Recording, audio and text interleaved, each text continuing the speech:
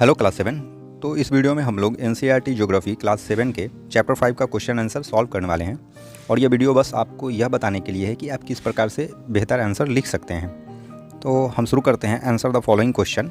तो हमारा पहला क्वेश्चन है, व्हाट इज प्रेसिपिटेशन। प्रेसिपिटेशन क्या होता है? तो इसका आंसर हम किस प्रकार से लिख सकते हैं? Falling of moisture on the earth in the form of snow, rain, fog, sleet etc is termed as precipitation. Means पृथ्वी पर नमी, मॉइस्चर या वाटर वेपर का इन सब में से किसी भी रूप में गिरना। किस रूप में? स्नो रूप में हो सकता है, रेन के रूप में हो सकता है, फॉग के रूप में हो सकता है, स्लीट के रूप में हो सकता है। इसी को हम लोग प्रेसिपिटेशन बोलते हैं। तो ये था पहला क्वेश्चन। नेक्स्ट क्वेश्चन हम देखते हैं, what is water cycle. Water cycle किसे कहते हैं? तो the process by which water continually changes it's form and circulates between ocean, atmosphere and land is called water cycle. Means वह प्रक्रिया जिसके द्वारा पानी सतत रूप से अपना रूप बदलता है और सर्कुलेट होते रहता है, मीन्स घूमते रहता है। किनके किनके बीच? ओशियन के बीच, एटमॉस्फेयर के बीच, लैंड के बीच। इसी को हम लोग वाटर साइकिल बोलते हैं। नेक्स्ट क्वेश्चन देखते हैं। कह रहा है, what are the factors affecting the height of the waves. Means वो सारे फैक्टर्स बताइए जो वेव के हाइट को डिसाइड करते हैं, प्रभावित करते हैं। तो इसके आंसर को हम डायरेक्टली पॉइंट वाइज लिख सकते थे। एक लाइन हम जोड़ देंगे क्वेश्चन से ताकि आंसर डेकोरेटिव लगे। Following factors affect the height of waves. पहला फैक्टर क्या है? विंड है। दूसरा फैक्टर अर्थक्वेक्स हो सकता है। तीसरा फैक्टर वोल्केनिक इरप्शन। चौथा फैक्टर अंडर वाटर लैंडस्लाइड्स। और मून भी एक फैक्टर हो सकता है।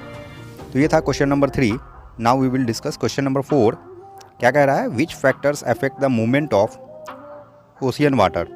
ओशन वाटर के मूवमेंट को प्रभावित करने वाले फैक्टर्स आपको बताने हैं। तो अगेन हम लोग वो लाइन लिख देंगे क्वेश्चन से, following factors affect the movement of ocean water.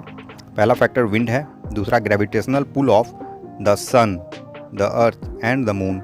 उसके बाद वार्म एंड कोल्ड करेंट्स भी एक फैक्टर हो सकते हैं। तो ये था question number 4। Now we will discuss question number 5। Question number 5 में कह रहा है, व्हाट आर टाइड्स। टाइड्स क्या होते हैं और ये कैसे बनते हैं? How are they caused. तो हम टाइड्स को किस प्रकार से डिफाइन कर सकते हैं? The rhythmic rise and fall of ocean water twice in a day. Means rhythmic way में जो राइज और फॉल होगा ओशन वाटर का 2 बार एक दिन में, इसी को हम लोग क्या बोलते हैं? टाइड बोलते हैं।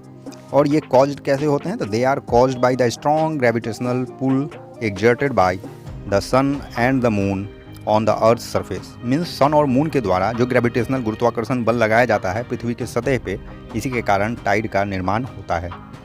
नेक्स्ट क्वेश्चन क्या है? What are ocean currents. Ocean currents क्या होते हैं? तो ocean currents are the streams of water flowing constantly on the ocean surface in a definite direction. Means ocean current वो पानी की धारा है जो कॉन्स्टेंटली निरंतर रूप से ओशन के सरफेस पे, समुद्र के सतह पे बहता रहता है एक डेफिनिट डायरेक्शन में। इसी को हम लोग क्या बोलते हैं? ओशन करंट बोलते हैं। नेक्स्ट क्वेश्चन देखते हैं, वो है गिव रीजन। मीन्स हमको रीजन बताना है, कॉज बताना है।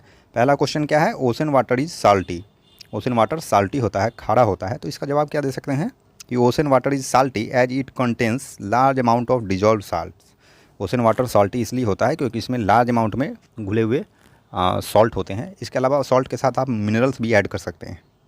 नेक्स्ट क्वेश्चन देखते हैं। कह रहा है, the quality of water is deteriorating. Means पानी की जो गुणवत्ता है वो डिटोरिएट कर रही है, घट रही है। तो इसमें हम एक लाइन जोड़ सकते हैं क्वेश्चन से कि following are the reasons due to which quality of water is deteriorating. इसके कारण, इन कारणों के कारण पानी की जो गुणवत्ता है वो घट रही है। पहला कारण हम क्या डाल सकते हैं? Throwing garbage and waste in the water bodies.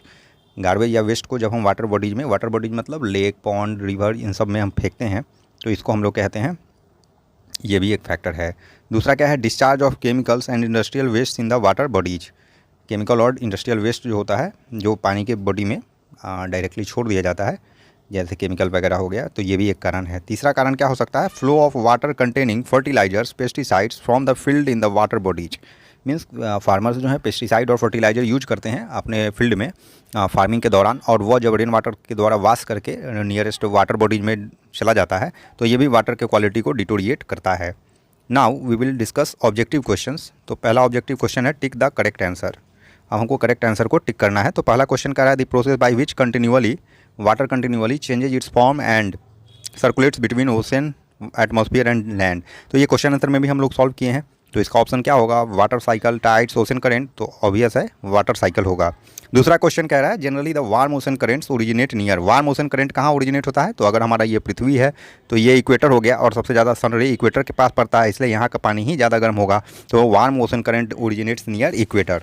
तीसरा क्वेश्चन क्या है, the rhythmic rise and fall of ocean water twice in a day, जो राइज और फॉल होता है किसका, ओशन करेंट का, उसको हम लोग टाइड बोलते हैं। Now we will discuss match the following.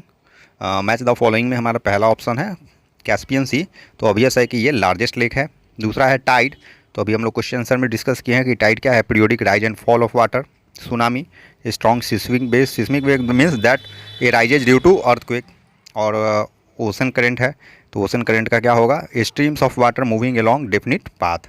तो ये था हमारा चैप्टर 5 का क्वेश्चन आंसर। नेक्स्ट चैप्टर के क्वेश्चन आंसर को पाने के लिए आप इस चैनल को सब्सक्राइब करें, वीडियो को लाइक करें, शेयर करें।